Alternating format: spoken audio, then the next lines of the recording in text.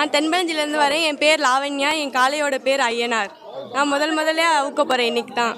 எவ்வளவு நாளா வளர்த்துட்டு இருக்கீங்க? 1 வருஷமா தான் வளர்த்துட்டு இருக்கேன். 1 வருஷமா வளர்த்துறீங்க. எப்படி இருக்கு வளர்க்கறதுக்கு? நல்லா இருக்கும். எப்படி கால் நல்லா சீரி பாயுமா? எப்படி?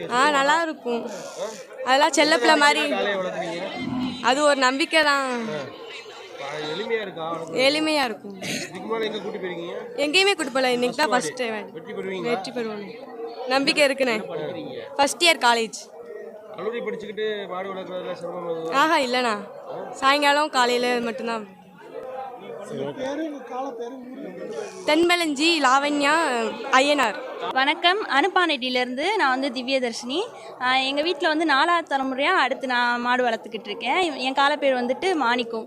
இவங்களை வந்து கன்றுலேருந்தே தூக்கி வளர்த்துட்ருக்கோம். அப்பாங்க வந்துட்டு அவங்க மட்டும் வளர்க்குறது இல்லாமல் எங்களையும் அது கூட இன்வால்வ் பண்ணனால சின்ன வயசுலேருந்தே அதில் இன்ட்ரெஸ்ட் தானாக வந்துருச்சு. அதனால் சேர்ந்து நாங்கள் அப்பாங்க கூட சேர்ந்து வளர்த்துட்டு வந்துட்டுருக்கோம். இப்போ நான் 4th ஜென்ரேஷனாக அதை கேரி அவுட் பண்ணிகிட்ருக்கேன். மாடுக்கு பயிற்சி வந்து நீங்கள் தான் கொடுக்குறீங்களா இல்லை அப்பா அம்மாவோட சேர்ந்து? நீச்சல் பயிற்சி அதெல்லாம் அப்பா கொடுத்துருவாங்க. நடைப்பயிற்சி, மண்குத்தல் பயிற்சிலாம் நாங்கள் கயிறு பிடிச்சி கொடுத்துக்கிறேன்.